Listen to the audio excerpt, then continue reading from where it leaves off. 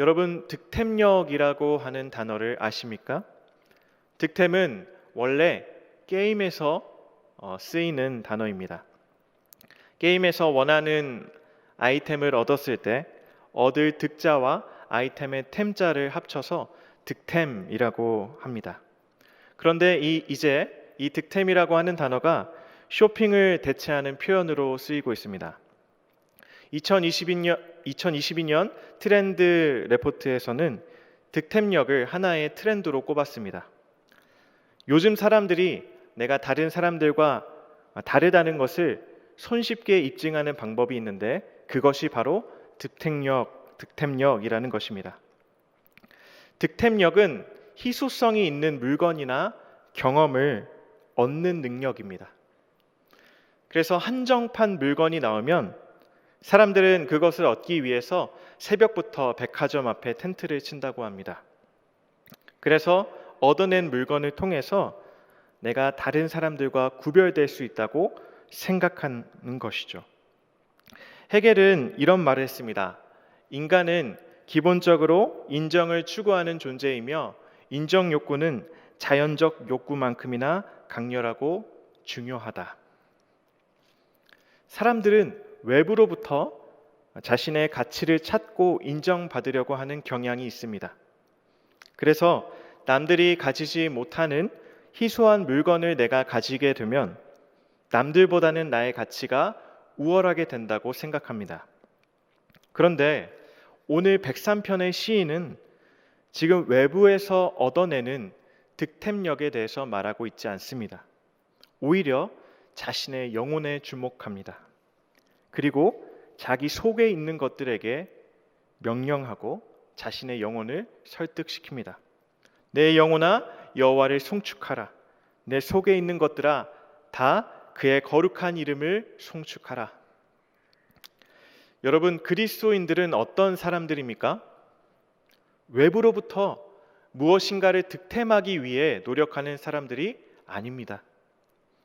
그리스도인들은 자신의 영혼에게 명령하는 사람들입니다. 무엇이라고 명령합니까? 내 영혼아 여호와를 송축하라. 그를 찬양하라. 여러분, 누군가는 무엇을 얻기 위한, 무엇을 외부로부터 얻기 위한 싸움을 하는데 왜 우리는 우리의 영혼을 설득시켜야만 할까요? 우리는 하나님으로부터 이미 은혜와 은택을 받은 사람들이기 때문에 그렇습니다. 그런데 은혜를 받은 우리가 하나님의 은혜를 쉽게 망각하는 것이 문제입니다. 우리가 은혜 받았다는 사실을 망각하기 때문에 우리는 우리의 영혼을 메꿔줄 무언가를 외부로부터 계속해서 찾는 것이죠. 여러분, 하나님을 아는 그리스도인들은 세상에서 어떻게 살아가야 할까요? 오늘 시편 103편은 세상을 살아가는 하나님 나라의 백성들이 정말로 주목하고 놓치지 말아야 하는 진리가 무엇인지를 우리에게 알려줍니다. 2절 말씀입니다. 내 영혼아 여호와를 송축하며 그의 모든 은택을 잊지 말지어다. 아멘. 살다 보면 하나님이 우리에게 주신 복과 은혜를 잊어버리게 됩니다. 하나님이 나에게 어떤 것을 주셨는지 까먹습니다. 그래서 제가 서두에 말했던 것처럼 우리의 정체성과 우리의 가치를 증명해 줄 무언가를 외부로부터 계속해서 찾게 됩니다. 남들이 가지는 건 내가 갖지 못하면 불행한 자가 되고 남들보다 경험을 가지지 못하면 열등한 사람이 됩니다. 하나님을 믿으면서도 하나님의 은혜와 은택을 잊어버리게 된다면 우리는 세상 사람들과 똑같이 나의 가치를 증명해 줄 무언가를 외부로부터 계속해서 찾게 된다는 것입니다. 그러므로 우리는 하나님께 받은 은혜와 은택을 잊어버리지 말아야 합니다. 시편 103편 3절부터 5절까지는 우리가 하나님께 어떤 은택을 받았는지 설명하고 있습니다. 시편 103편 3절 4절 말씀입니다. 그가 내 모든 죄악을 사하시며 내 모든 병을 고치시며 내 생명을 파멸해서 속량하시고, 3절을 보면 하나님께서 우리의 모든 죄를 사하셨다라고 말합니다. 구약부터 하나님은 죄인인 우리와 거하시기 위해서 제사라는 것을 우리에게 주셨습니다. 속죄 제사를 통해서 우리의 죄를 하나님 앞에 사함받도록 하셨죠. 그뿐만이 아닙니다. 하나님께서는 우리의 병을 고치시는 분이십니다. 여기 등장하는 병은 꼭 신체적인 질병뿐만이 아니라 온갖 종류의 고난을 말합니다. 질병의 고통, 육신의 고통, 우리가 가지고 있는 정신적인 고통, 마음의 고통, 이처럼 인생 가운데 들어온 수많은 고통들이 있습니다. 하나님께서는 인간이 겪는 고통을 외면하지 않으시고 치료해 주시고 고쳐 주십니다. 시편 103편에 나오는 시인도 이 치유를 경험했습니다. 더 나아가 4절에 보니까 하나님이 자신의 생명을 파멸해서 속량했다고 말하고 있습니다. 여기 파멸이라고 하는 단어는 구덩이 내지는 무덤을 말합니다. 구약에서 구덩이와 무덤은 죽음을 의미했습니다. 이 시인은 자신이 죽음 가운데 있었지만 하나님께서 자신을 죽음으로부터 구해내셨다고 말하고 있는 것입니다. 하나님은 우리의 죄를 용서해 주실 뿐만 아니라 우리가 가지고 있는 고통, 우리의 병을 치유하십니다. 또한 죽음 가운데 있는 우리를 건져내서 구원하시는 분이십니다. 4절 후반부에 보면 이런 표현이 나와 있습니다. 하나님께서 우리를 인자와 긍휼로 관을 씌워주신다. 여러분, 여기에 나오는 인자와 긍휼이라고 하는 단어는 헤세드라는 히브리어 단어입니다. 여러분들이 잘 아시는 것처럼 이 헤세드라는 단어는 언약에 기초한 하나님의 사랑을 의미합니다. 그러니까 우리의 상황과 형편에 상관없이 하나님께서 우리를 사랑하시기로 결정하셨기 때문에 하시는 사랑, 그 인자와 긍휼로 어떻게 하셨습니까? 우리에게 관을 씌워주십니다. 왕이 될 자격이 없는 우리들에게 왕관을 씌워주시는 것입니다. 여러분, 하나님께서 우리에게 그분의 사랑과 긍휼로 왕대접해 주신다라는 것이 어떤 것인지 5절 말씀을 보면 더 구체적으로 나와 있습니다. 첫 번째는 좋은 것으로 우리의 소원을 만족하게 하십니다. 우리가 갈망하는 것을 하나님이 좋은 것으로 채워서 만족하게 하십니다. 우리가 갈망하고 있는 것, 나한테 필요한 것을 하나님께서 아시고 좋은 것으로 만족하게 하십니다. 또한 5절 하반절을 보니까 내 청춘을 독수리같이 새롭게 하신다고 말합니다. 여기 나오는 독수리는 이사야 40장에서도 나옵니다. 우리가 잘 아는 말씀이죠. 이사야 40장 31절 말씀, 저와 여러분이 함께 읽도록 하겠습니다. 오직 여호와를 앙망하는 자는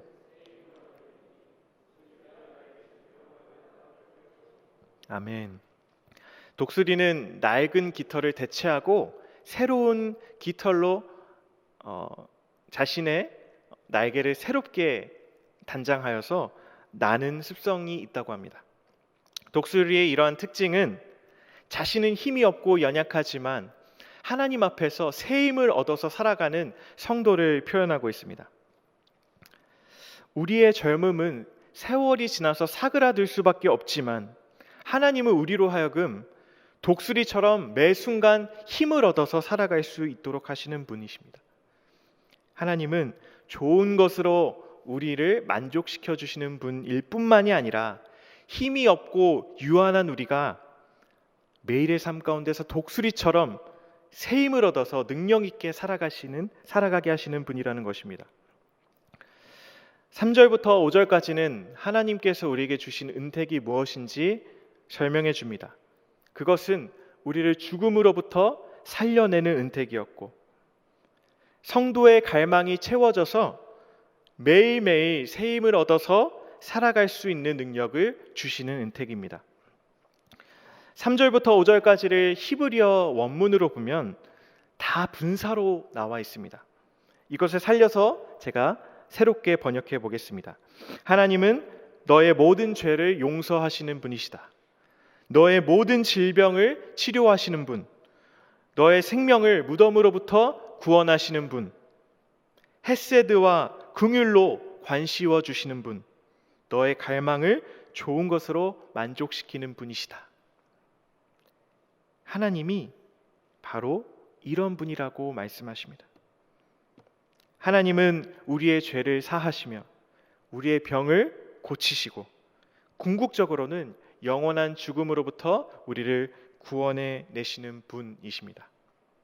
또한 좋은 것으로 우리의 갈망을 만족시키시고 또 우리의 필요를 채우시는 분이십니다.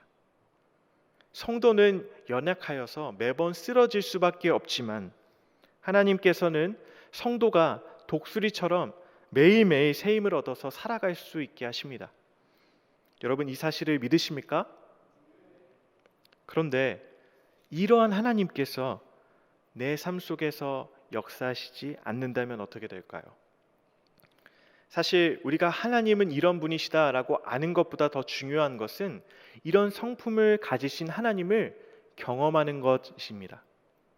내가 아무리 하나님에 대해서 많이 안다고 한들 그 위대한 하나님께서 내 삶 속에 역사하시지 않는다면 그것은 희망 고문에 불과한 것입니다. 하나님께서는 이런 위대한 성품을 가지시고 그저 하늘에서 팔짱을 끼신 채 아무것도 안 하고 하늘에 머물러 계시는 분이 아니십니다. 하나님은 그분의 백성을 위해서 친히 행동하십니다. 하나님 백성을 위해서 공의로운 일을 행하십니다. 6절 7절 말씀을 함께 읽겠습니다. 여호와께서 공의로운 일을 행하시며 억압당하는 모든 자를 위하여 심판하시는도다. 그의 행위를 모세에게 그의 행사를 이스라엘 자손에게 알리셨도다. 하나님께서 지금도 수많은 억압을 당하고 있는 하나님 나라의 백성을 위해서 공의로운 일을 행하십니다. 우리는 이 사실을 여실히 증명해 주는 예를 성경에서 찾아볼 수 있습니다. 7절 말씀을 읽겠습니다. 그의 행위를 모세에게 그의 행사를 이스라엘 자손에게 알리셨도다. 아멘. 하나님의 행위를 누구에게 알리셨습니까? 모세와 이스라엘 백성에게 알리셨습니다. 3절에서부터 5절에 나와 있는 이 성품을 가지신 하나님께서 모세와 이스라엘 백성들을 위해 구체적으로 행동하고 계십니다. 우리는 하나님과 이스라엘 백성 사이에 있었던 사건을 통해서 하나님께서 그분의 성품을 가지시고 어떻게 구체적으로 행동하셨는지 알 수 있게 됩니다. 8절 말씀을 다 같이 읽겠습니다. 여호와는 긍휼이 많으시고 은혜로우시며 노하기를 더디하시고 인자하심이 풍부하시도다. 아멘. 여러분, 어디서 많이 본 말씀 같지 않나요? 이 말씀은 황금 송아지 이후에 하나님께서 구름 가운데에서 모세에게 나타나셔서 자신에 대해서 계시하실 때 하신 말씀입니다. 모세가 산에서 하나님께서 친히 쓰신 돌판을 받고 있을 때 이스라엘 백성들이 아론과 함께 무슨 일을 꾸밉니까? 황금 금송아지를 만듭니다. 하나님은 이스라엘 백성과 함께 하시기 위해 성막과 여러 가지 지켜야 할 법에 대해서 모세에게 알려주고 계셨습니다.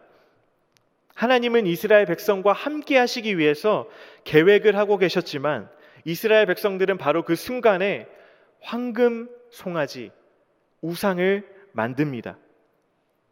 이것을 결혼에 비유하면 더 실감이 납니다. 하나님께서 이스라엘 백성과 결혼하시기 위해서 예물과 함께 살 집을 친히 준비하셨습니다. 그런데 이스라엘 백성은 바람을 폈습니다. 완전한 반역과 배신입니다. 그러나 하나님께서 이스라엘 백성을 진멸하지 않으십니다. 하나님의 뜻을 돌이키십니다. 다시 모세에게 나타나셔서 모세가 깨트린 처음 판에 처음 성판에 있었던 말을 다시 새겨주신다라고 약속하십니다. 그리고 하나님이 언약을 갱신하시면서 자신에 대해서 이렇게 말씀하십니다. 자비롭고 은혜롭고 노하기를 더디하고 인자와 진실이 많은 하나님이라. 아멘. 우리 9절과 10절 말씀을 같이 읽겠습니다. 자주 경책하지 아니하시며 노를 영원히 품지 아니하시리로다. 우리의 죄를 따라 우리를 처벌하지는 아니하시며 우리의 죄악을 따라 우리에게 그대로 갚지는 아니하셨으니. 하나님께서는 이스라엘 백성이 행한 대로 보응하지 않으셨습니다. 모세와 대화할 때 하나님께서는 노를 품으셨지만 그 뜻을 돌이켜서 이스라엘 백성을 진멸하지 않으셨습니다. 그 이유에 대해서 오늘 본문 11절, 12절에 나와 있습니다. 함께 읽겠습니다. 이는 하늘이 땅에서 높음같이 그를 경외하는 자에게 그의 인자심이 크심이로다.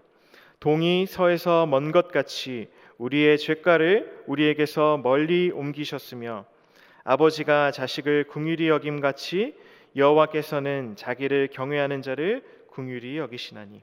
아멘. 말씀을 보니 하나님께서 이스라엘 백성을 진멸하지 않으신 이유가 무엇입니까? 바로 하나님의 사랑과 긍휼 때문입니다. 말씀을 보면 하나님의 사랑과 긍휼에 대한 세 가지 이미지가 나옵니다. 첫 번째는 하늘과 땅입니다. 이것은 하나님의 인자하심이 땅과 하늘 사이의 그 간격처럼 어마어마하게 크다는 것을 표현해 줍니다. 두 번째는 동과 서입니다. 하나님께서는 동이 서에서 먼 것 같이 우리의 죄과를 옮겨 주십니다. 그러므로 동과 서는 우리가 하나님께 사함받은 죄가 얼마나 큰지를 보여줍니다. 세 번째는 아버지와 자식의 관계입니다. 하나님은 아버지가 자식을 긍휼히 여김같이 이스라엘 백성을 긍휼히 여겨주십니다. 우리가 부모와 자식의 관계를 보면 하나님의 긍휼을 배울 수 있죠. 자식이 잘못했다고 해서 부모와 자식의 연을 끊을 수 없습니다. 하나님의 사랑이 이와 같습니다. 하나님의 사랑은 우리를 향한 진노의 심판을 그치게 하고 우리의 죄를 먼 곳으로 옮기게 합니다. 그리고 하나님은 우리가 행한 대로 보응하지 않으십니다. 마치 아버지가 자식을 긍휼히 여기는 것처럼 우리를 긍휼히 여겨주십니다. 우리를 향한 하나님의 사랑과 긍휼이 크기 때문에 하나님께서는 이스라엘을 향한 심판을 멈추시기로 결정하십니다. 그런데 하나님께서 우리를 용서해 주시는 이유는 하나님의 사랑과 긍휼이 크기 때문만은 아닙니다. 하나님께서는 근본적으로 우리가 어떤 존재들인지를 아십니다. 14절부터 16절까지 같이 읽겠습니다. 이는 그가 우리의 체질을 아시며 우리가 단지 먼지뿐임을 기억하심이로다. 인생은 그 날이 풀과 같으며 그 영화가 들의 꽃과 같도다. 그것은 바람이 지나가면 없어지나니 그 있던 자리도 다시 알지 못하거니와. 아멘. 14절을 보니까 하나님께서 우리의 체질을 아신다고 말합니다. 우리가 단지 먼지뿐임을 기억하십니다. 사람의 체질은 먼지와 같습니다. 여러분 그렇지 않습니까? 이스라엘 백성은 하나님의 인도하심을 따라서 그동안 잘 살아왔습니다. 그런데 한순간에 이스라엘 백성들이 하나님을 반역하고 황금 송아지를 만들어 버립니다. 하나님을 배신한 것은 한순간이었습니다. 우리라고 다를까요? 특세 기간에 받았던 은혜를 지금도 잘 유지하고 계십니까?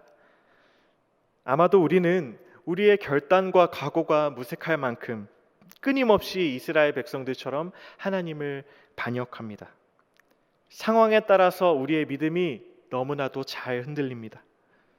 하나님을 향한 내 마음이 충만했다가도 경제적으로 어려움이 생기거나 내 마음을 힘들게 하는 일이 생겼을 때 그 충만한 마음이 금방 사그러듭니다. 우리의 체질은 먼지와 같습니다. 우리의 인생은 어떤가요? 인생은 그날이 풀과 같고 그 영화가 들의 꽃과 같다고 말하고 있습니다. 인생에서 우리가 얻어낸 것, 우리가 열심히 땀 흘려서 해낸 성취들, 그 모든 것들은 풀과 들의 꽃과 같이 결국 사라질 것들이라고 말하고 있습니다. 모두 유한합니다. 내가 열심히 쌓아 올린 업적도, 내가 해낸 성취도 결국은 다 사라질 것들입니다. 제가 서론에 이야기했던 것처럼 아무리 득템력을 발휘하여서 외부로부터 주어지는 것을 끊임없이 수집한다고 해도 결국 그 모든 것들은 시간이 지나면 사라집니다. 그래서 전도서에서 전도자가 이렇게 탄식합니다. 헛되고 헛되다. 전도서 1장 11절 말씀입니다. 이전 세대들이 기억됨이 없으니 장래 세대도 그 후 세대들과 함께 기억됨이 없으리라. 사람들도 기억해 주지 않습니다. 우리가 어떻게 살았는지, 우리가 어떤 존재들인지를 기억해 주지 않습니다. 그런데 14절에 보니까 나약하고 유한하여서 결국은 잊혀질 우리의 인생을 하나님께서 기억하신다고 말합니다. 하나님께서는 우리가 얼마나 나약하고 얼마나 유한한지를 아시고 기억하는 분이십니다. 하나님은 이처럼 나약한 우리들에게 한 줄기 희망과 같은 약속을 해주십니다. 시편 103편 17절 18절 말씀 함께 읽겠습니다. 여호와의 인자하심은 자기를 경외하는 자에게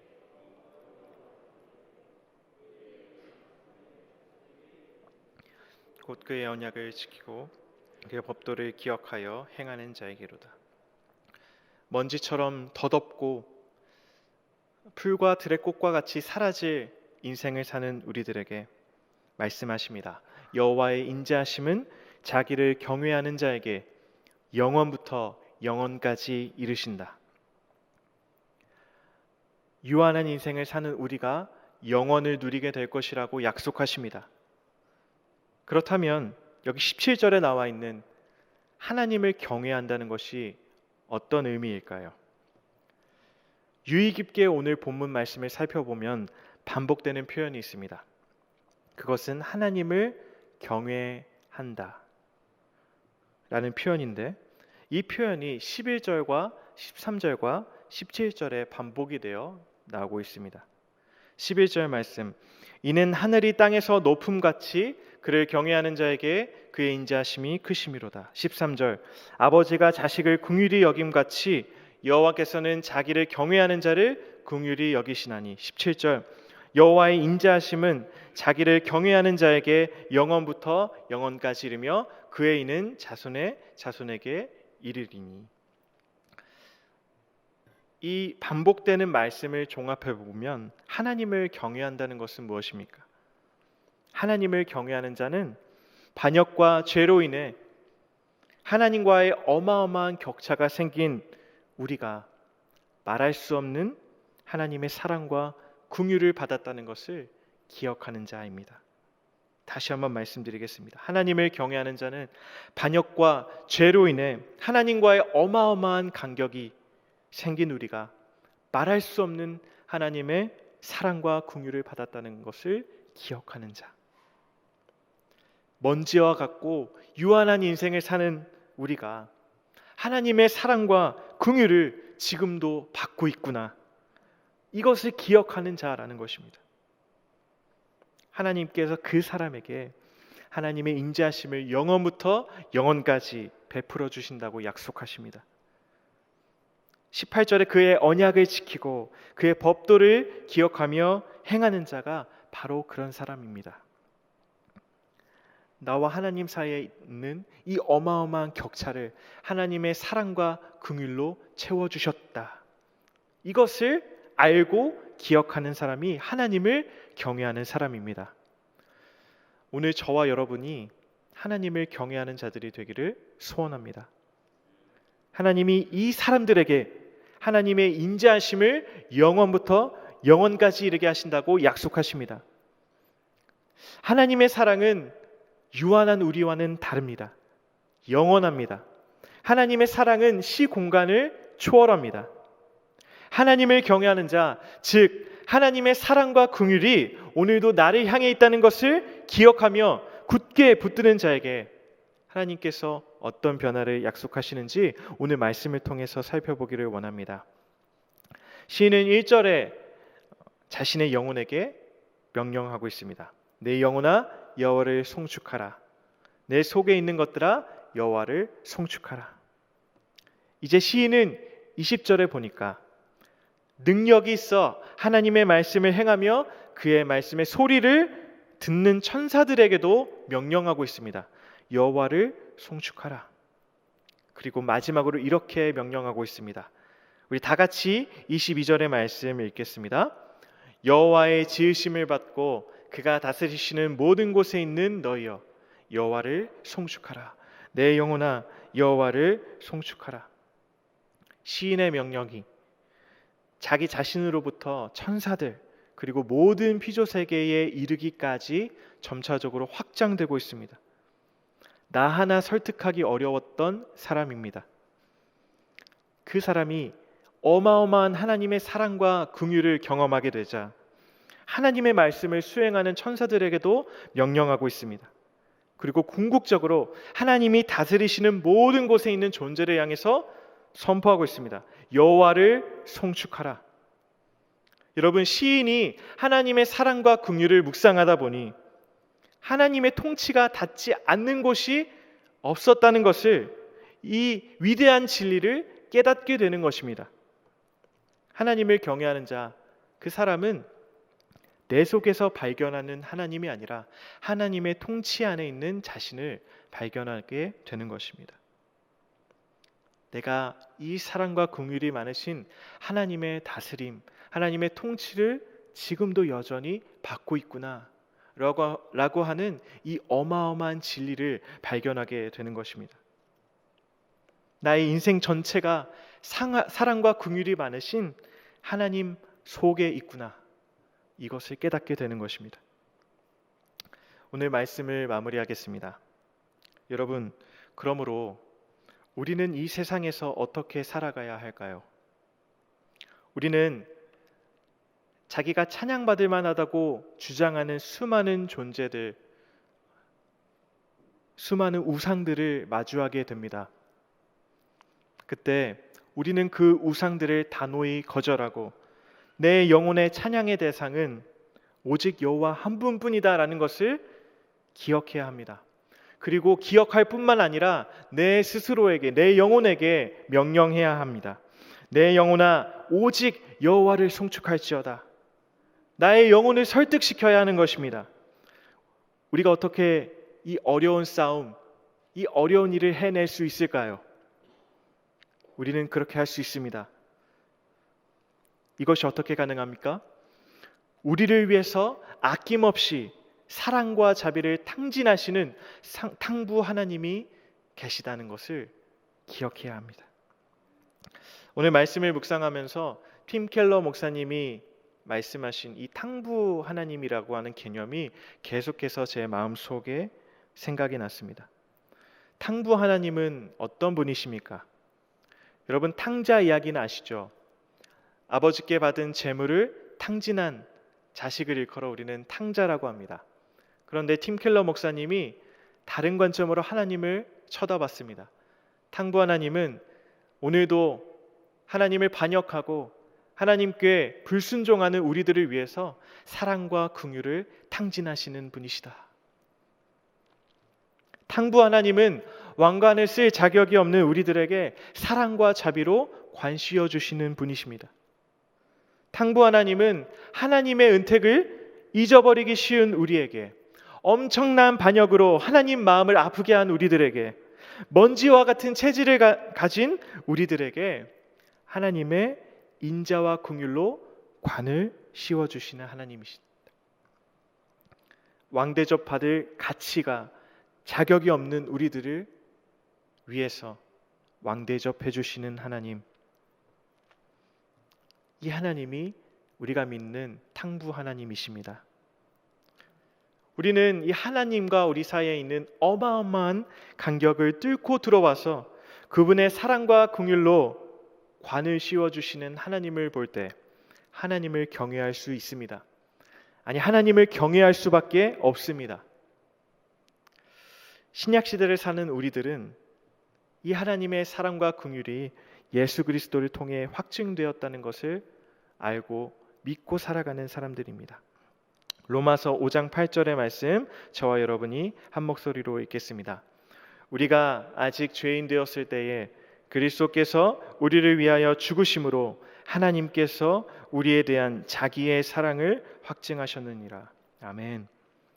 하나님의 사랑이 예수 그리스도를 통해서 우리에게 확증이 되었습니다.